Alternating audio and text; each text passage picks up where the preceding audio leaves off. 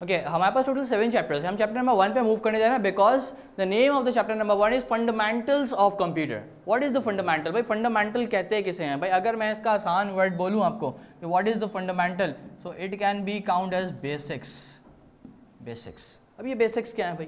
Fundamentals are what? Basics, basics of computer. अब basics में क्या चीज़ें सीखी जाती हैं, क्यों सीखी जाती हैं, that is the valid point. ठीक है, बेसिक्स क्यों ज़रूरी है भाई? बेसिक के जाने बगैर हम चीज़ की जो है इमारत नहीं बना सकते। जैसे कि हमने बिल्डिंग बनानी है भाई, पहले क्या करेंगे? बेसिक पिलर्स खड़े करेंगे, तब बिल्डिंग हमारी डेवलप होगी, अदरवाइज नहीं होगी। इसका मतलब अगर हमने चैप्टर पे फोकस नहीं किया, चैप्टर 1 को छोड़ दिया, तो आगे हमारे लिए बहुत मुश्किलात होने वाली हैं। ठीक है, तो इसको बड़े फोकस करके आपने बड़े अच्छे से सुनना है चैप्टर नंबर 1 को। अब इसमें क्या है भाई? Basics of computer system. Basics क्या है भाई? बेसिक्स ऑफ कंप्यूटर सिस्टम के कंप्यूटर किसने बनाया भाई, कब बनाया, कहाँ से आया, पहले कैसा था, अब कैसा हो गया, क्या मॉडिफिकेशंस हो गई, कौन कौन सी डिवाइसेस से मिलकर बना है, कैसे चलता है, कौन कौन सी डिवाइसेस रिस्पॉन्सिबल हैं इसको चलाने के लिए। So all these points we have to discuss in this chapter because these are the part of this chapter.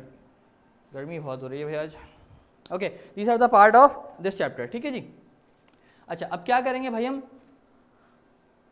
इस चैप्टर पे मूव करेंगे और इस चैप्टर के बारे में पहले जानने से पहले मैं पहले आपसे एक छोटा सा सवाल करूंगा जो मैंने लास्ट क्लास में भी किया था। क्या सवाल था वो मेरा आपसे कि सर आपने अच्छा मैंने लास्ट मंडे होमवर्क दिया था, बिल्कुल मैं उसके बारे में ही पूछने वाला हूँ अभी आपसे।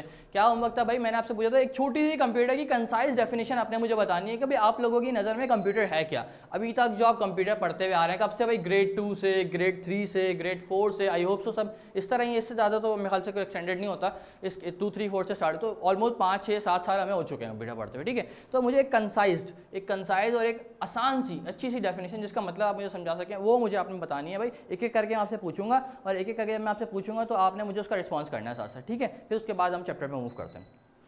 ओके, मुझे जल्दी से अपनी एक छोटी सी कंसाइज डेफिनेशन ड्रॉप कर दें। अच्छा, एक पॉइंट हमने वहाँ पर डिस्कस कर लिया था, दैट वाज व्हाट कि भाई computer is an electronic device. ये सबकी डेफिनेशन में मौजूद होगा ये पॉइंट, ऐसा ही है if I am not wrong. Computer is an electronic device, yes, ये मुझे फातिमा ने भी लिख के दे दिया भाई, ज़बरदस्त फातिमा। ओके, और कोई?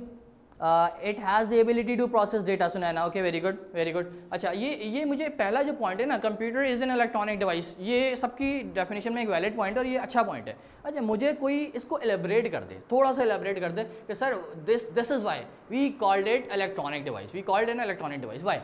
मुझे कोई एक छोटा सा एलेबोरेशन पॉइंट बता दो भाई, सर इस वजह से हम इसको इलेक्ट्रॉनिक डिवाइस कहते हैं, ताकि इसके ऊपर बात खत्म हो रही है, मैं समझ जाऊँ आपको बहुत अच्छे से पता है कंप्यूटर की डेफिनेशन क्या होता है, हम चैप्टर की तरफ मूव कर जाएं।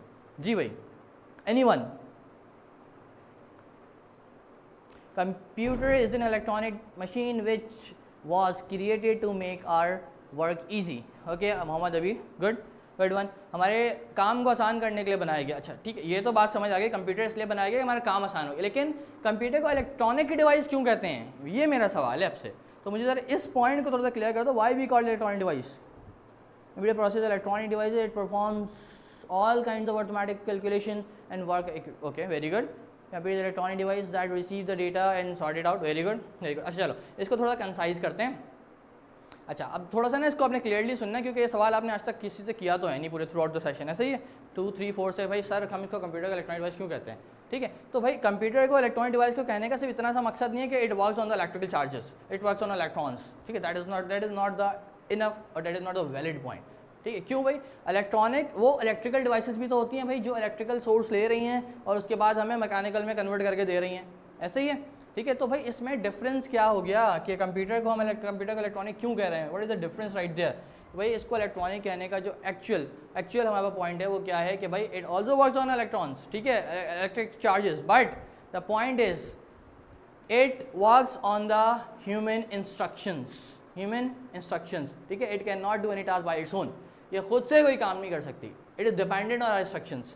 ये इलेक्ट्रिकल चार्जेस लेती है, कंज्यूम करती है, उसको स्टोर करती है और हमारी इंस्ट्रक्शन पे हमारा काम करके देती है, हमारे टास्क कंप्लीट करती है, दिस इज़ व्हाट। ठीक है, तो this is why we called it electronic device. ठीक है, अच्छा इलेक्ट्रॉनिक डिवाइस कहने के साथ साथ हम इसके साथ एक दो पॉइंट हमने और किया, इट प्रोसेस डाटा। भाई वाई इट प्रोसेस डाटा होता क्या है, सबसे पहले तो ये बात कर लेते हैं। तो एक कॉमन सी डेफिनेशन हम बचपन से सुनते आए हैं, व्हाट? डेटा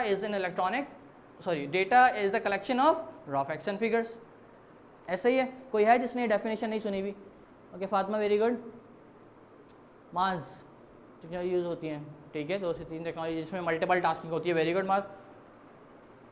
अच्छा, सबने सुनी हुई। Data is the collection of raw facts and figures. इसका मतलब क्या भाई कि raw facts and figures what, कि भाई अगर हम बात करें अनप्रोसेस डेटा की, प्रोसेस डेटा की, ठीक है, और किसकी, फिगर्स की। फिगर मतलब शेप्स, पिक्चर्स, इमेजेस, तो इन सब के कॉम्बिनेशन को क्या कहेंगे, डेटा कहेंगे।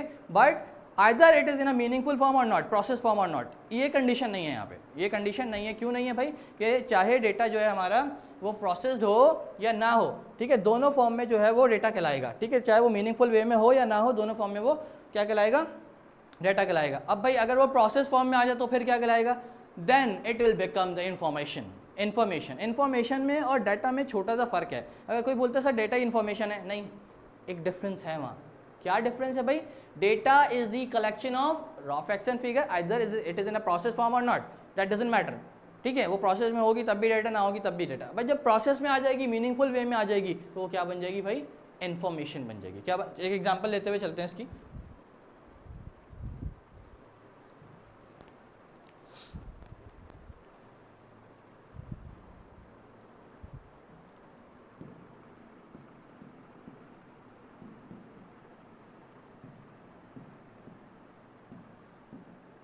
भाई ये क्या लिखा हुआ है बोर्ड पे, कोई समझ आ रहा है किसी को, गुड इज बॉयली, कोई सेंसिबल बात है ये, कोई मतलब समझ आ रहा है इस बात का, नहीं आ रहा, राइट। एक भाई हमारे पास एडजेक्टिव मौजूद है, एक हेल्पिंग वर्ब मौजूद है, एक प्रोनाउन, एक नाउन मौजूद है, तो भाई एक क्या है, गैदर है।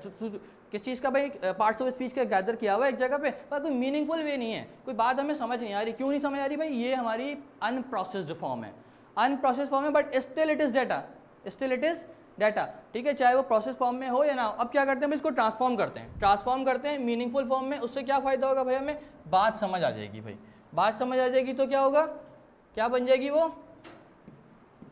आप लोग बताएंगे मुझे।